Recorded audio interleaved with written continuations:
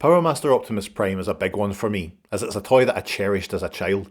This isn't the same one that I had back then, that was sold in a car boot sale when I half-heartedly agreed with my parents at age 14 I was too old for my toys.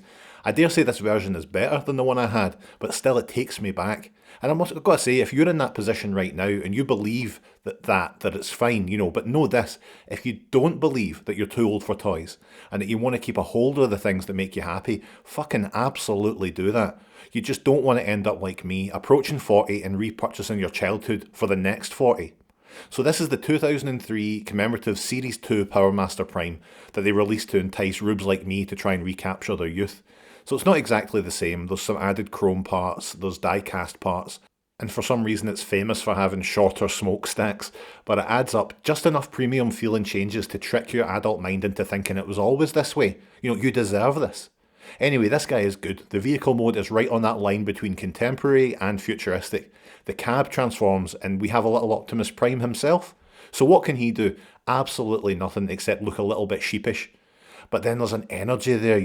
It's Optimus Prime. He's got a little friend called High Q, who as Prime's Powermaster partner transforms into an engine, which is actually necessary to allow Prime to transform.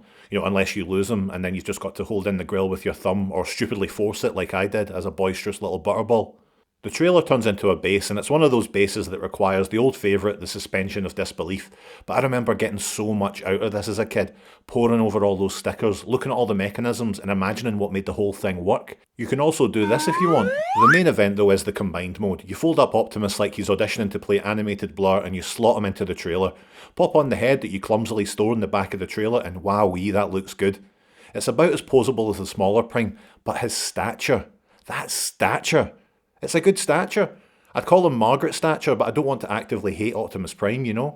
I've got such good memories with this toy. It's perfect for a kid, just involved enough to keep their interest, but simple enough for their feeble little shithead minds to grasp.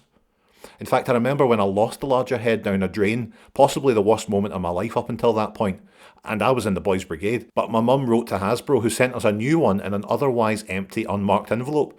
Talk about service, I can't even get the toys I've paid for sent to me these days. The one thing that I didn't have when I was little, apart from friends, was a big friend for Optimus to call his own. I was an okay companion, but I wasn't able to provide the support the big man needed. He needed a big pal, and that friend has the best name of all time, which is God Bomber. Well, he's called Apex Bomber in this version because I get why some audiences wouldn't respond to the Japanese name, but still, hail Satan. He's an okay dude. He starts off as a weird wee trailer that can attach to Prime and form a sort of convoy.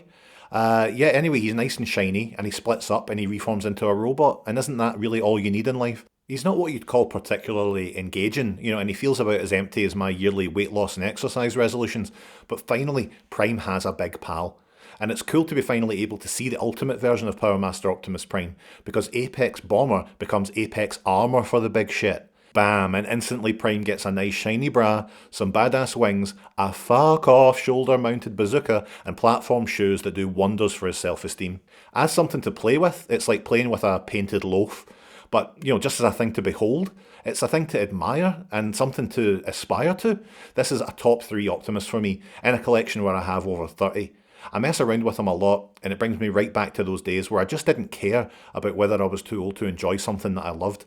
It transports me to maybe not a better time, but a time where I felt most like my true self. Still, there's no real place to put the big head in vehicle mode except in the back, and I can't stop imagining Prime's head rumbling around there like a sofa on moving day, so overall, 3 out of 10.